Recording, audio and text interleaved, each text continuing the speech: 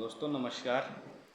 हम सभी लोग किसी न किसी धर्म के साथ में अवश्य जुड़े हुए हैं और हम लोग अपने आप को धर्मी मानते भी हैं, भले ही हम किसी भी धर्म के साथ जुड़े हुए हैं।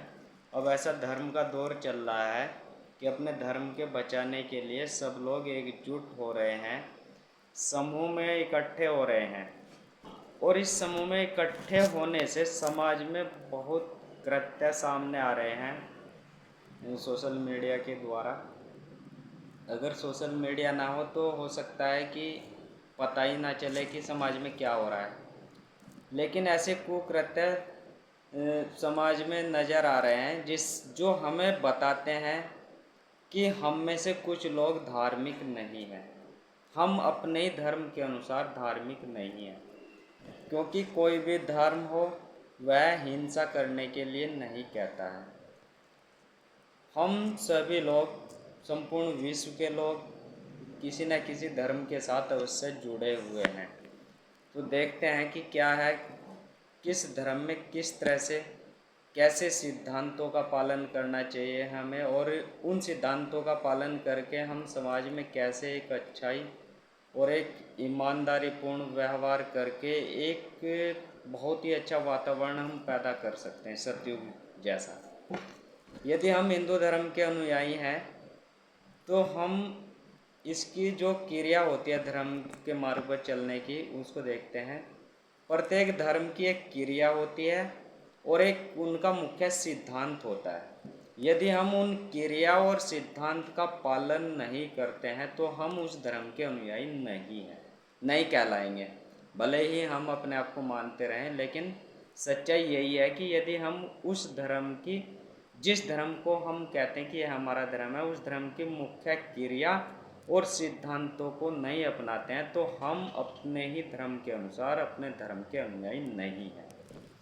यदि हिंदू धर्म के अनुयायी हैं तो धार्मिक क्रिया होती है व्यायाम करना, आसन करना और ध्यान योग, नाम जाप, मंत्र जाप आदि करना। ये मुख्य क्रिया होती है जो हमें धर्म के मार्ग पर आगे बढ़ाती है।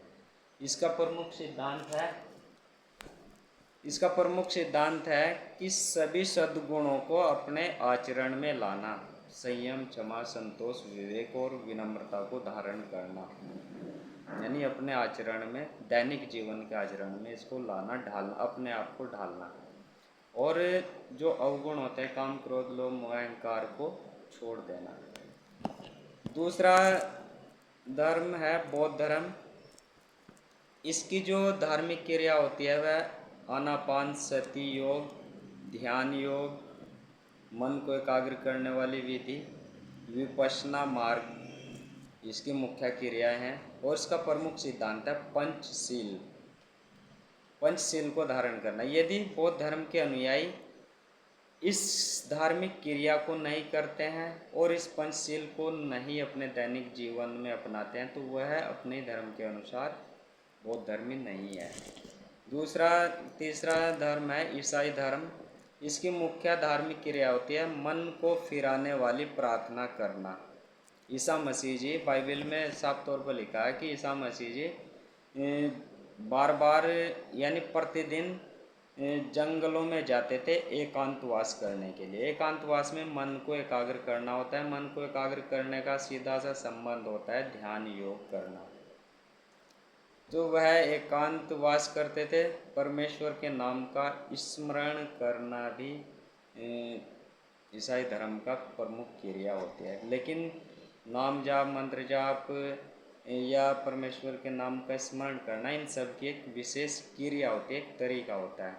और यहाँ पर भी एक इनका प्रमुख सिद्धांत होता है 10 आज्ञाओं का पालन करना। 10 आज्ञाएं में 5 आज्ञाएं ठीक पंचशील जैसी होती हैं। जैसे बौद्ध धर्म की पंचशील होती है, वैसे ईसाई धर्म की 10 आज्ञाओं में 5 आज्ञाएं पंचशील जैसी होती हैं। इस्लाम धर्म में भी नमाज पढ़ना, इबादत करना या इबादत करना यानी मन को एकाग्र करना। मन को एकाग्र करने से सीधा सा संबंध होता है ध्यान योग करना। अल्लाह के नाम की तस्बीह करना, तो यह मंत्र जाप करना एक ही तरीका है माला फेर के ऐसे, लेकिन ऐसे नहीं किए जाते कि माला फेर कर ऐसे तस्बीह कर रहे हैं। कुछ लोग ऐसे ही मंत्र जाप कर रहे हैं, ऐसे ही इस्लाम धर्म में भी ऐसे ही तस्बीह कर रहे हैं, लेकिन इसका एक विशेष तरीका होता है, उसको अपनाना चाहिए। यह धर्म की क्रिया होती है इस्लाम धर्म में। नमाज पढ़ना एक तरह से शारीरिक क्रिया है, सूर्य नमस्कार जैसा है। इबादत करना ध्यान योग जैसा है। अल्लाह के नाम की तस्बीह करना मंत्र जाप या नाम जाप वाली विधि ही है।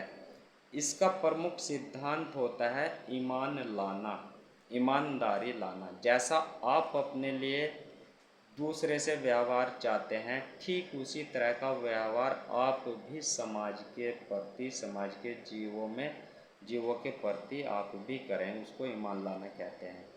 यदि हम अपने तो एक सुई नहीं चुभवाना चाहते हैं और हम दूसरे गर्दन काट रहे हैं, तो वह ईमान लाना नहीं है। चाहे हम भले ही नमाज पढ़ते रहें, कुछ भी करें, लेकिन ईमान लाना इसका प्रमुख सिद्धांत है। तो हम सभी लोग कहीं ना कहीं किसी न किसी धर्म के साथ बंधे हुए हैं, लेकिन हम अपने ही धर्म के अनुसार, अपने ही धर्म की प्रमुख क्रियाओं को नहीं करते हैं, प्रमुख सिद्धांतों को नहीं मानते। इसलिए हम अभी भी अपने धर्म के अनुसार अपने ही धर्म के अनुयायी नहीं हैं। हम अपने धर्म के अनुयायी तभी होंगे जब हम अपने धर्म की क्रियाओं को मानेंगे और दैनिक व्यवहार आचरण में सिद्धांतों को अपनाएंगे। तो आइए इस ओर बढ़े, मन को एकाग्र करने वाली विधि को अवश्य अपनाएं। सतनाम सत।